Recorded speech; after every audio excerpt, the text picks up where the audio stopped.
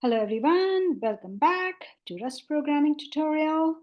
We are continuing the collections tutorial on in Rust. In the last session, we discussed about vectors, vector collection, which allows you to store similar values. It's like a stack, one on top of each other. Today, we're going to talk about hash maps, how to use hash maps. For those who are not familiar, with the concept of hash maps, it's generally key value pairs. Key could be anything, and you store the value associated with that key. Okay, so we'll say, for example, the team and its score. Okay, team blue and its score, team yellow and its score. So it's a key value pair. It's useful when you want to look up the data not by an index. By index, I mean get 0, get 1. Those are the indexes.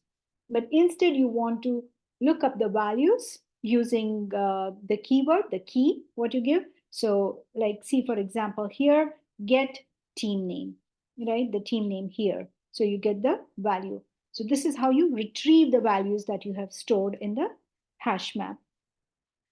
Hash maps are not available by default in the default library in Rust. So you have to import it from the module using the use statement.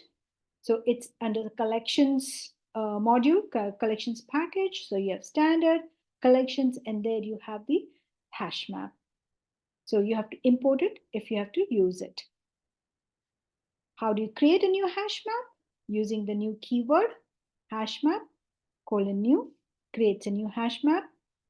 Notice the mute, which makes it mutable so that you can insert values, remove values from hash map. So here it is, insert. Now what you're doing, the key is the string and the value is an integer.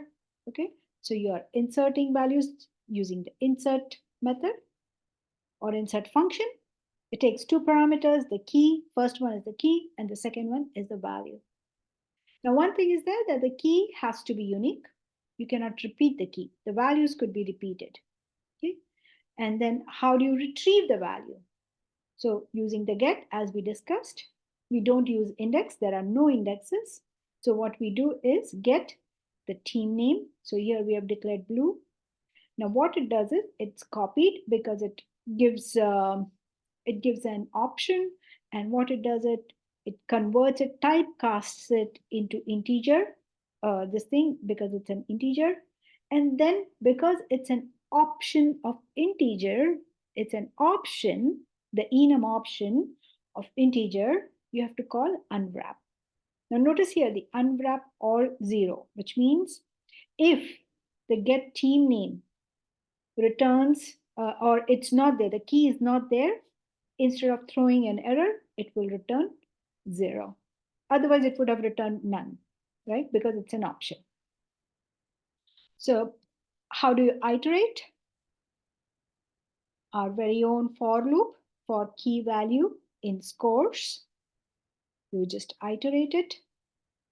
Now here there's an interesting function, or insert. So what it does is, as I mentioned a little bit earlier, keys are unique in hash maps. You cannot have duplicate. So what it does is it will insert this only if yellow does not already exist in the hash map collections. Okay, and then you print it. Again, useful methods, you're inserting only if it does not exist. Let's see hash maps in action. Now here is a small Rust program, just what we discussed. See, 2 entries, blue is 10, the key, and yellow 50. Now here, see, I'm inserting or insert 60, blue. So see, blue already exists, so this won't take place. When we print, it should still print 10. Okay, let's see this in action. And we have Here, the example of get, team name, unwrap, or 0. We'll see what happens if blue does not exist. Okay, let's see both. Here it is. We do cargo run. And I just wanted to show you here in this directory, I have in src, under src, I have main.rs.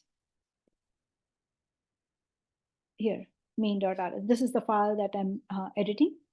Okay. And cargo, when I do cargo run, it goes into src and looks for this main.rs. So here, if you see, Team Blue score is 10. Okay. Now here, let's see what happens if I change this blue to blue 1. Now the expected value of blue is 60 because see, blue does not exist. This becomes blue 1. The key is unique. So here it should be 60. If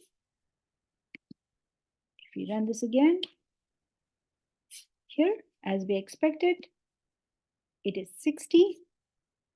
Now let's see if both doesn't exist. What happens?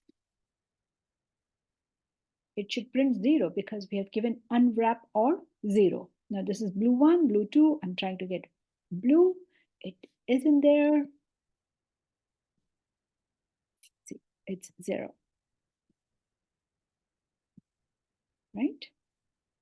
Now there's another, this is simple program. There's another very interesting one which I want to show it to you all. Let's go through this one. Here in this, what we are doing is we are enumerating a string, which means H is in this position, E is in this position. We are storing that. So the key becomes, the key is the character, like HELLO, each key is a character, and the C is the position of it in the string. Like this is the 0, 1, 2, 3, so the position, okay, which position it occurs. And then we are storing, because see, L is repeating, right? In any string, the alphabet, the character could be repeated. So that we are storing it in a vector. So it's a little complicated of a character. This hash map is of character and vector. Character is nothing but HE, whatever it is, and the size. And let's see what we get out of it. And then this is just traversing. In the vector H, we are traversing, println, I'm just printing the key and its position, okay? So instead of this, let's do some meaningful key.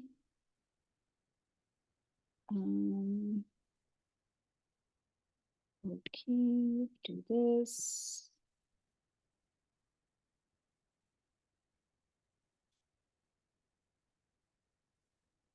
And its position, okay? Nref is its position. Let's see what happens.